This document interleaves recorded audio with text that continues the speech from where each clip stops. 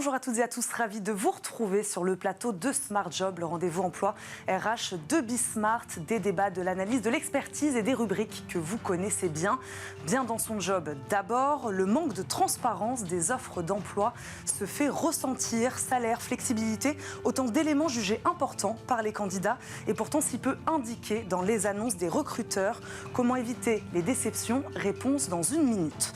Dans le cercle RH, le service civique, quel effet sur l'insertion professionnelle? Il a su séduire des centaines de milliers de jeunes depuis son lancement, mais a-t-il su séduire les recruteurs? Zoom juste après sur ses compétences acquises lors de cette expérience originale qu'est le service civique. Et enfin, dans Fenêtre sur l'emploi, rester ou partir, c'est une question que se posent de nombreux cadres aujourd'hui dans les organisations. La dernière étude Cadre Emploi nous révèle une forme de pragmatisme de ces salariés, de moins en moins attachés à l'entreprise en tant que telle. Ils regardent aujourd'hui principalement les avantages qu'elle peut leur offrir. Je crois que j'ai tout dit, on commence comme promis par bien dans son job. C'est parti.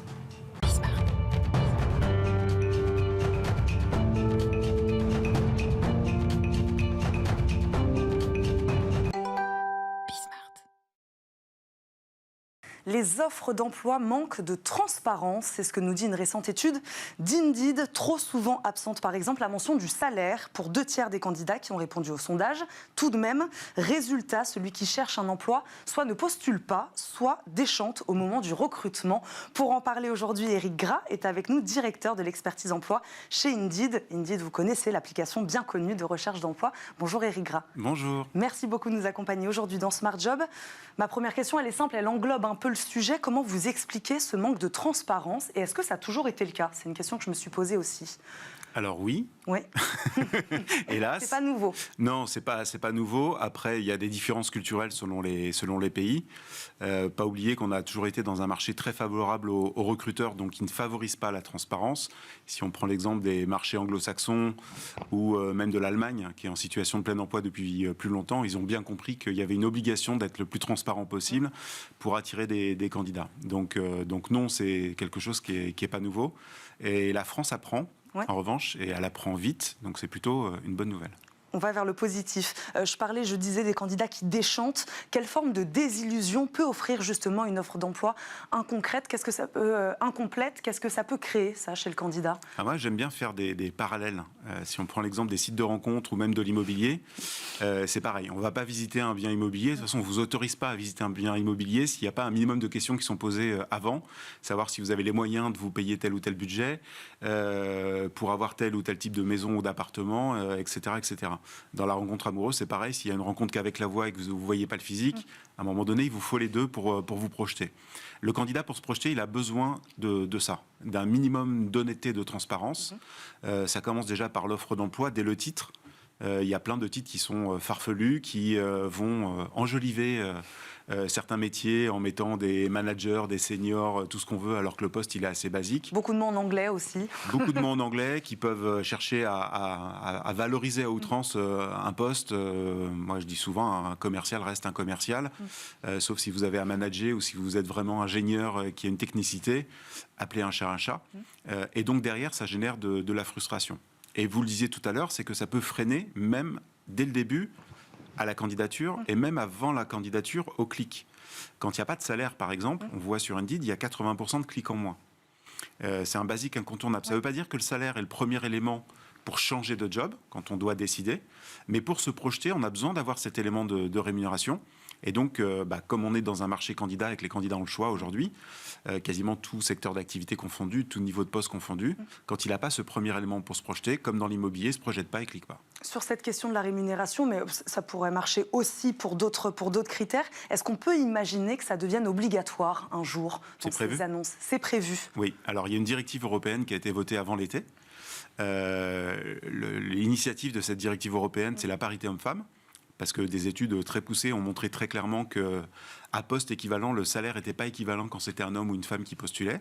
Et donc, il y a une directive européenne qui impose à tous les pays de l'Union européenne d'avoir une transparence des salaires. Donc, pour toutes les entreprises de plus de 50 salariés, elles devront, dès l'offre d'emploi, préciser métier, salaire. Donc, quelle que soit son origine, quelle que soit son expérience, quel que soit son sexe, etc., quand on postulera, si on a les compétences demandées, on doit rentrer dans cette grille de salaire.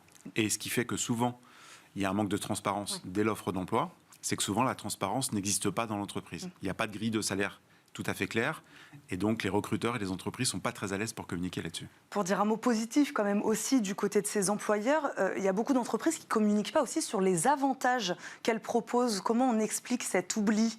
Parce que là aussi, ce serait positif pour elles de communiquer là-dessus. C'est un manque de réflexe. Je pense que les entreprises n'ont pas bien compris à quel point l'offre d'emploi était le premier vecteur d'image de marque de l'entreprise, de la marque employeur de l'entreprise.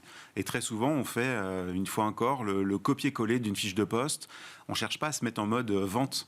Et en fait, il faut vendre son entreprise, il faut vendre le poste, pas le survendre. Mais vraiment vendre le produit à travers l'offre d'emploi. C'est la première vitrine qu'on va voir. Et donc, les entreprises n'ont pas ce réflexe-là. Moi, je leur dis souvent, en effet, vous avez plein de choses pour vous démarquer. Et d'ailleurs, ce n'est pas l'apanage des grandes entreprises. On peut être une PME, avoir plein d'avantages, avoir une identité propre. Il faut le mettre en avant. Et donc, ça crée aussi, là aussi, un manque d'attraction des candidats qui ne se projettent pas s'ils comparent avec une autre offre qui va mettre en avant ces fameux avantages. Éric Gras, dites-nous alors, qu'est-ce qu'une offre d'emploi parfaitement écrite ? Qu'est-ce qu'il faudrait absolument y trouver ? Alors, que le candidat puisse se projeter, un intitulé de poste clair qui définit clairement quel est le métier, et expliquer dans le contenu de l'offre d'emploi quelles sont les compétences dont l'entreprise a vraiment besoin, les compétences essentielles, pas la liste de courses du mouton à 5 pastes, et tous les éléments pour se projeter sur le cadre de travail. Est-ce que je vais travailler dans une petite équipe, une grande équipe ? Comment je vais être accueilli ? Comment je vais être formé ? Dans quelles conditions je vais travailler ?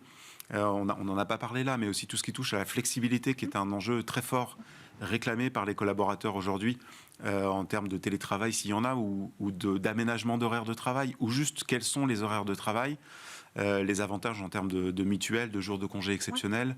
Il faudrait préciser tout ça. Voilà, et souvent les recruteurs me disent « mais ça, j'en parle lors de l'entretien ». Sauf que c'est trop tard. Il y a plein de candidats qui n'arrivent même pas à l'entretien parce qu'ils n'ont même pas cliqué sur postuler. Qu'est-ce qui est le plus demandé ? Éric Gras, on terminera là-dessus. Donc on a parlé de rémunération, ça c'est important pour les salariés, de la flexibilité, vous venez de le dire. Oui.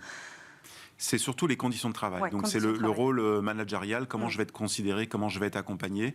Ce que j'appelle, moi, 2 mots forts, si on devait les résumer. La notion de sens, c'est-à-dire quel métier je fais, dans quel but, et de reconnaissance, comment je vais être considéré dans l'entreprise. Merci beaucoup Éric Gras d'avoir répondu à nos questions aujourd'hui. Je rappelle, vous êtes le directeur de l'expertise emploi chez Indeed. Merci beaucoup de nous avoir accompagnés aujourd'hui dans Smart Job. Tout de suite, c'est le cercle RH.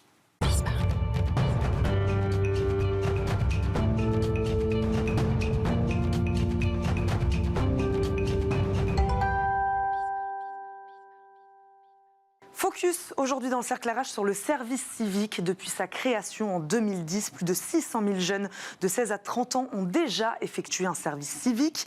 Faire l'expérience du vivre ensemble, de la citoyenneté, de l'intérêt général.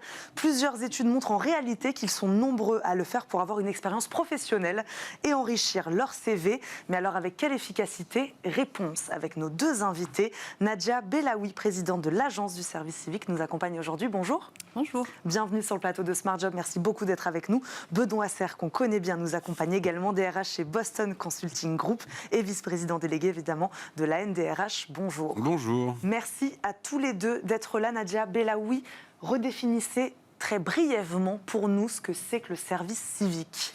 Le service civique, ce sont 145 000 jeunes par an qui s'engagent 6 à 12 mois 24 heures par semaine ou l'équivalent sur la durée de la mission, dans un des 10 grands domaines d'intervention du service civique, l'éducation, la santé, l'intervention d'urgence, l'environnement, etc. Le sport ? Le sport. On en a parlé. Donc les parcours possibles du service civique, ce sont lesquels ?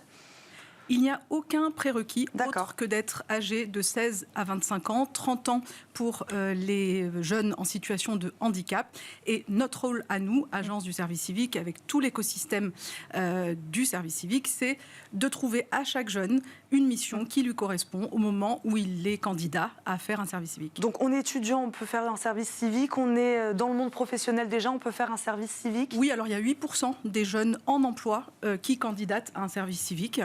Mais le cas typique, c'est effectivement soit un étudiant, soit au contraire un jeune, disons, qui se cherche, qui est en difficulté scolaire et qui recherche effectivement une expérience professionnelle. Mais vous l'avez très justement dit, pour 4 jeunes sur 5, la mission du service civique prépare l'avenir professionnel, clairement. Et d'ailleurs, 75% des jeunes disent que l'accompagnement dont ils ont bénéficié dans le service civique les a aidés justement à comprendre de quelles compétences ils pouvaient, quelles compétences ils pouvaient avoir et comment finalement se présenter dans une recherche d'emploi. On va en parler de ces compétences acquises lors de cette expérience, je disais en préambule de cette émission, cette expérience assez originale, assez unique. Benoît Serre, en tant que DRH, vous avez déjà croisé la route de jeunes qui ont effectué ce service civique? J'en ai croisé à 2 titres, d'abord comme DRH, puis j'en ai croisé parce que j'ai la chance d'être au conseil d'administration de l'agence du service civique. Donc il y a quelques semaines, on a rencontré plein de jeunes qui avaient fait des parcours. Donc du coup, j'en ai rencontré beaucoup, effectivement. Non, mais je trouve cette initiative super bien et je trouve ça très bien qu'il y ait autant de gens qui le font. Je pense que ça va se développer, donc je n'ai pas d'inquiétude, tout simplement parce que ça correspond à la fois à une aspiration. Et ça correspond aussi, ça c'est quand même coup de bol, ça correspond aussi aux attentes des entreprises. Aux attentes des entreprises ou plutôt aux critères qui font qu'aujourd'hui on va aller recruter quelqu'un. Les critères de compétences techniques, d'études, de machin demeurent pertinents. Enfin, on voit quand même que dans les entreprises, ce qu'on appelle en bon français les soft skills, on va dire, jouent leur rôle. Et pour avoir mené évidemment par fonction beaucoup d'entretiens de recrutement, finalement, vous savez, quand le candidat arrive jusqu'au DRH, il est déjà passé par des dizaines de gens qui ont, ou pas des dizaines, mais en tout cas, la partie de dimension technique ou de compétences ou d'expérience, elle est déjà évacuée. Donc, ce qui nous intéresse, nous, c'est la personne. Et souvent, quand on voit ce type d'expérience, ou d'autres, comparables, c'est de ça dont vous parlez, parce que c'est là où la personne, d'abord, est-ce qu'elle a su tirer des conséquences, est-ce qu'elle a su tirer des enseignements, qu'est-ce que tu lui as apporté, pas lui apporté. Et puis, pour en avoir rencontré quelques-uns, ils sont les premiers à le dire d'ailleurs, ça les change un peu quand même. Donc, ils voient les choses un peu différemment. Donc, ils développent des compétences ou des aptitudes ou des particularités qui sont toujours intéressantes, notamment d'adaptation dans les organisations. Je rebondis là-dessus, Nadia Bellaoui. Donc, des compétences comportementales, c'est ce que nous dit Benoît Serre. Majoritairement, c'est ce qu'on développe aujourd'hui lorsqu'on effectue un service civique, c'est ça? Des capacités à s'adapter, entre autres? Oui, clairement. Mais c'est aussi une immersion dans un milieu professionnel qu'on éprouve. C'est une première expérience professionnelle aussi? C'est une première expérience d'un milieu professionnel. Une expérience professionnelle en tant que telle, l'assiduité, la relation à des adultes, etc. Mais aussi des champs professionnels. Et d'ailleurs, c'est intéressant de voir que le service civique a une influence sur la trajectoire. C'est-à-dire qu'il y a bien sûr des jeunes qui font un bac dédié au métier de la santé et du soin, mais la plupart des jeunes qui vont finalement être infirmiers, en fait, savent pas vraiment spontanément à 18 ans qu'ils veulent le devenir. Donc en plus d'acquérir des compétences, le service civique permet aussi de créer des vocations. On peut avoir un impact sur la formation du jeune, lui donner une idée finalement de ce qu'il veut faire plus tard. Oui, et même changer effectivement dans les faits sa trajectoire professionnelle et peut-être rapprocher des jeunes de milieux moins rémunérateurs mais qui ont plus de sens pour eux. Est-ce que vous avez des exemples à nous donner? Là, typiquement ce matin, je ne connaissais pas ce bac ST2S, bac section technologique, santé et soins. Donc une jeune fille qui en sort. Donc elle a envie de travailler dans les milieux de la santé, mais c'est en passant donc 8 mois à l'Association des traumatisés de France auprès d'un couple de personnes retraitées. Elle est aveugle et lui a eu Alzheimer, et auprès d'un jeune trisomique elle comprend que sa vraie vocation est d'être éducatrice spécialisée. Un autre, lui, il fait un bac STMG qui mène à tout. Il connaît bien l'espagnol. Il fait 2 premières années de licence, une en espagnol, une en AES. Et en fait, son truc, c'est les métiers du son. Et c'est à travers un atelier, dans le cadre de son service civique à la mission locale, atelier radio, qu'il se découvre une vocation pour être animateur radio, et il le devient. Donc Benoît Serre, le service civique crée des vocations aussi. Oui, parce qu'en fait, quand vous êtes, comme le disait Nadia, quand vous êtes confronté à un univers professionnel avec une activité, quelquefois vous allez découvrir des talents que vous ne soupçonniez pas avoir, ou des centres d'intérêt que vous aviez peut-être fantasmé ou rêvé, mais dont vous ne saviez pas bien à quoi ça correspondait. J'imagine d'ailleurs que ça doit marcher dans l'autre sens, c'est-à-dire que des gens qui vont une expérience de service civique, puis en fait ils se rendent compte que ça leur va pas du tout parce qu'ils avaient imaginé que c'était comme ci ou comme ça.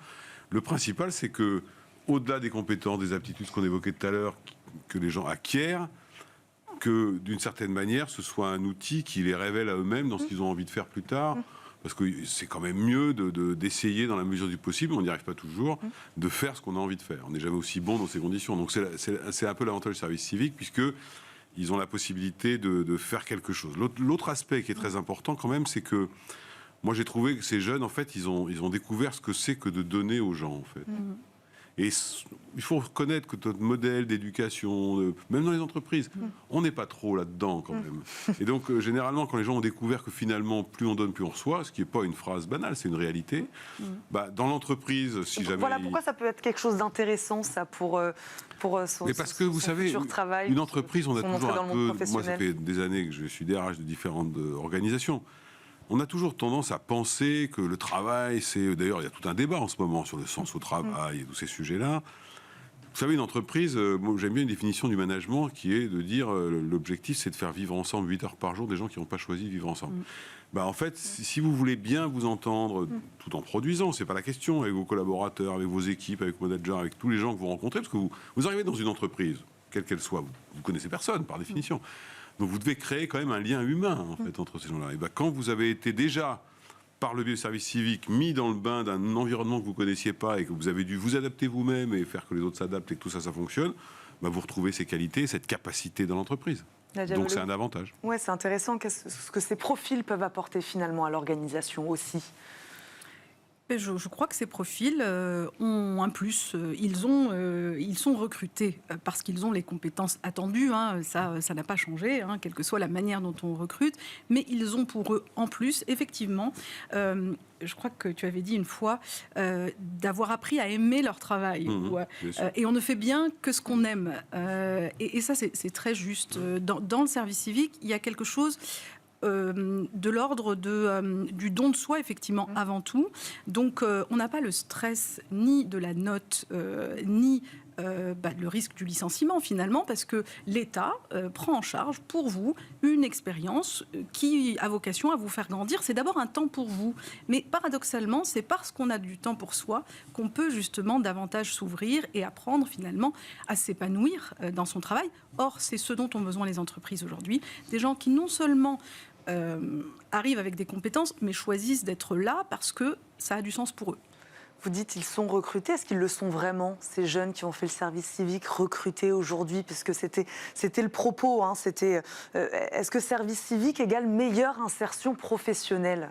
Non, j'entends, les jeunes sortant du service civique sont recrutés par des entreprises au titre... comme les autres, d'une certaine manière, avec un plus, c'est ce que je voulais dire. Là, tout à fait, c'était ma question également. Est-ce que ça leur permet d'être davantage recrutés que les autres? Il y a une donnée particulièrement intéressante qui donne raison à Benoît Serre, c'est que 74% des recruteurs de moins de 35 ans disent que c'est un élément qui fait la différence, contre 56% des plus de 50 ans. Je dois avoir moins de 35 ans. Je pense aussi. Il y a des précurseurs. Tout le monde n'est pas précurseur. Manifestement, il y a le service civique a, en 13 ans, trouvé sa place, effectivement, comme un élément qui dit quelque chose d'une personnalité, en fait, qu'on va recruter. Oui, parce que peu importe. Donc ça ne remplace pas les diplômes, soyons clairs. Ça ne remplace pas... les compétences techniques requises, mais il se trouve que l'expérience de service civique donne à la fois plus d'estime de soi et des compétences pratiques techniques. Et conforte une vocation. Peu importe la thématique, Nadia Bellaoui, qu'il s'agisse d'environnement, vous le disiez, de culture, de santé, d'éducation. D'abord, le service civique peut se faire à Pôle emploi. Et à Pôle emploi, vous bénéficiez dans l'accompagnement au projet d'avenir de formations de 5 jours pour valoriser votre image comme un chercheur d'emploi, puisque le service civique s'est ouvert à tous les organismes d'accueil associatifs, certes, mais aussi publics. Donc, le premier organisme d'accueil, ça ne se sait pas assez de jeunes en service civique aujourd'hui, ce sont les établissements scolaires. Donc, quand vous voulez devenir prof, ou, pour le dire, ou personnel accompagnant des élèves handicapés dans les classes, avoir fait un service civique, c'est acquérir des compétences directement exploitables dans un métier. Donc, le service civique n'est pas instrumentalisé par les jeunes aussi nettement.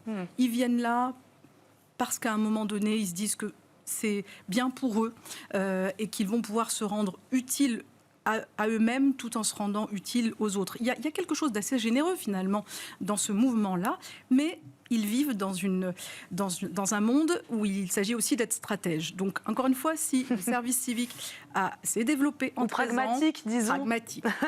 Sans dire stratège. Mais si le service civique s'est développé en 13 ans, c'est parce que les jeunes et leurs familles ont compris ça. Peut-être avant les recruteurs.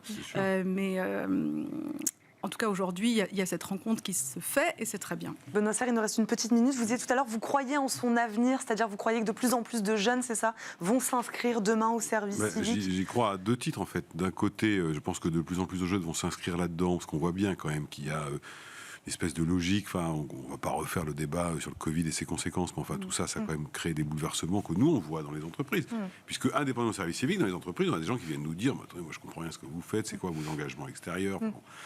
donc, je pense qu'il y a une espèce d'ambiance que moi, je trouve très, très bien. C'est pour ça que je suis content de savoir que Nadia considère que j'ai moins de 35 ans, mais je trouve que le truc change quand même. Et donc, le service civique, c'est une solution adaptée. Et puis, l'autre aspect, c'est que, ça fait un peu techno, mais c'est vrai, dire que les entreprises, n'importe quelle entreprise, petite, grande, elles sont confrontées à des transformations dingues dans tous les sens. Donc il faut des gens qui sont très agiles, très adaptables. Et ben, ce que fait les services civiques, ça rend ces gens-là, mais il y a d'autres activités, ils ont prouvé à un moment qu'ils avaient une capacité d'adaptation. Moi, j'ai une seconde, oui. J'ai rencontré une jeune femme je trouve ça extraordinaire. Elle a fait son service civique en Israël, elle parlait pas un mot d'hébreu, avec des petits-enfants. Et en fait, elle m'expliquait qu'elle avait appris l'hébreu en même temps que les petits de 3 ans, puis qui apprenaient au même moment, en fait. Mais ça vous prouve quand même que c'est quelqu'un qui est par nature adaptable, par caractère. Et donc, dans une entreprise, se dire que vous avez des gens qui sont adaptables, qui peuvent comprendre que tout d'un coup, on peut changer de langue, changer d'organisation, changer de métier, c'est globalement ce qu'on recherche quand même. Merci à tous les deux. Nadia Belaoui, présidente de l'Agence du service civique, Benoît Serre, DRH chez Boston Consulting Group, vice-président délégué de la NDRH. Merci beaucoup à tous les deux d'avoir débattu aujourd'hui avec nous dans Smart Job du service civique. Tout de suite, c'est Fenêtres sur l'emploi.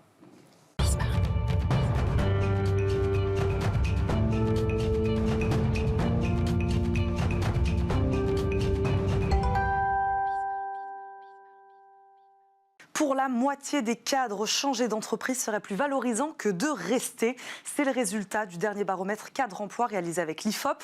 Comment lire ces chiffres? Une bonne moitié de cadres satisfaits donc, mais également une bonne partie d'entre eux qui souhaitent bouger. La photo manager au salaire, on va poser toutes ces questions à Julien Breuil, directeur des relations entreprises du groupe EDC Business School. Bonjour Julien. Bonjour. Merci beaucoup d'être avec nous aujourd'hui sur le plateau de Smart Job. Bon, je le disais, difficile d'analyser ces chiffres au global. Ils sont plutôt satisfaits ou insatisfaits, ces cadres de leur entreprise? Un peu des deux. Ouais. En fait, ils sont surtout exigeants.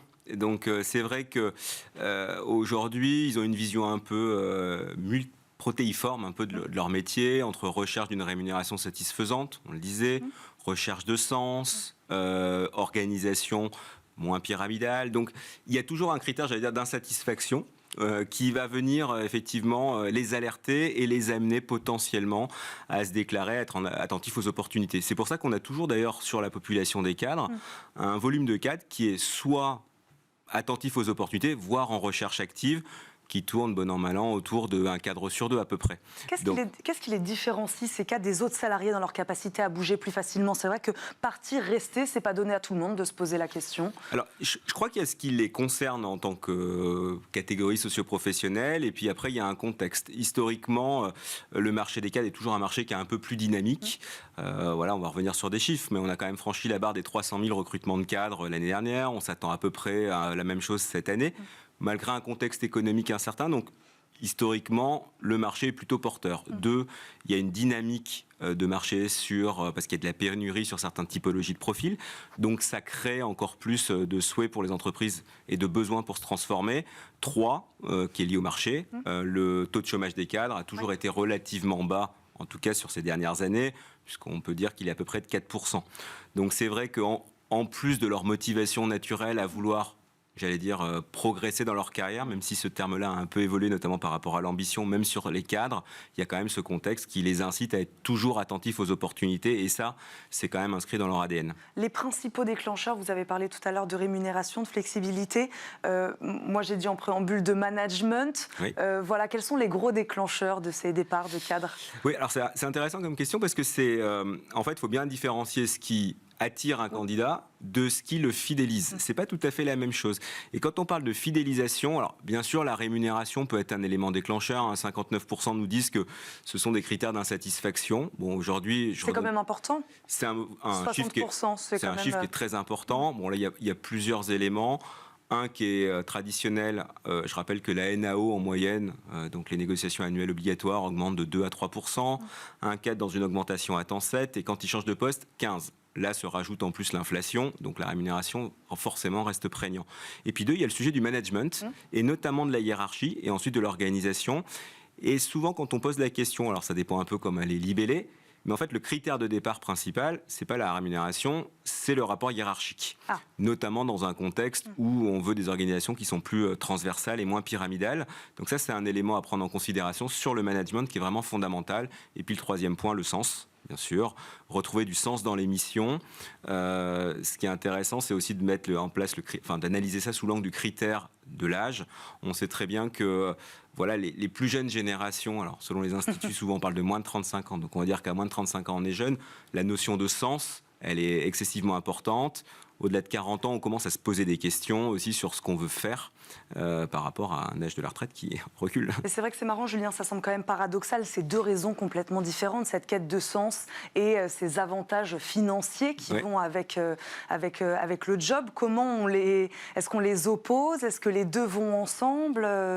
Je crois que c'est un tout. Ouais. En fait, il y a une notion de risque. Tout à l'heure, on parlait du marché, de la confiance du marché, une notion de risque. Je crois que même s'il y a une question de sens, sauf si on est à bout dans son métier ou dans sa mission, je crois quand même qu'effectivement, aucun cadre aujourd'hui, avec une vision quand même qui est assez, j'allais dire, utilitaire quelque part, ne va partir s'il n'a pas une augmentation de sa rémunération, quitte à prendre un risque. Et c'est pour ça que je publie le 15%. Donc je pense que c'est quelque chose qui est complémentaire, même si la rémunération à un moment donné va inciter et va justement être complémentaire du critère déclencheur qui est, à mon avis, le management sur la partie fidélisation. Et ces cadres, ils sont attachés à leur entreprise, ceux qui veulent partir? Parce que c'est vrai qu'on voit qu'il y a peut-être une approche un peu plus pragmatique aujourd'hui, c'est-à-dire qu'on n'est plus attaché à l'entreprise en tant que telle, mais plutôt aux avantages qu'elle va nous offrir. Oui, tout à fait, parce que en fait, ce qui se passe, c'est qu'il y a une évolution. Je crois qu'il y a plein d'études qui l'ont expliqué, beaucoup d'intervenants aussi qui sont venus comme moi en parler. Je crois que la situation post-Covid a quand même fait énormément évoluer le comportement des cadres et des salariés de manière générale et a complètement modifié le rapport au travail. Il y a une étude fantastique qui est sortie de l'IFOP avec la Fondation Jean Jaurès, mais au-delà de ça, on voit bien qu'en termes d'engagement, d'attachement, pas tout à fait la même notion, les cadres sont nettement moins attachés à leur entreprise et les salariés, idem. Je crois que 65% dans l'étude IFOP montrent des salariés se déclarent attachés, ce qui veut quand même dire qu'il y en a un tiers qui ne le sont pas, avec une vision très je fais ce qu'il faut, mais pas plus. Voilà, sur un cycle qui est de plus en plus restreint. Et donc on est plus à même de partir si tant est qu'on nous propose en plus des avantages, qui vont avec. Merci beaucoup Julien Breuil d'être venu répondre à nos questions. Avec plaisir. Sur le plateau de Smart Job, je rappelle, vous êtes le directeur des relations entreprises du groupe EDC Business School. À très bientôt, puisque vous venez souvent nous voir. J'espère, avec plaisir en tout cas. Cette émission. Merci à vous de nous avoir suivis. Merci à Nicolas Juchat qui m'a aidé à préparer cette émission. On se retrouve évidemment très vite sur Bismart pour un nouveau numéro de Smart Job. À très vite. Ciao.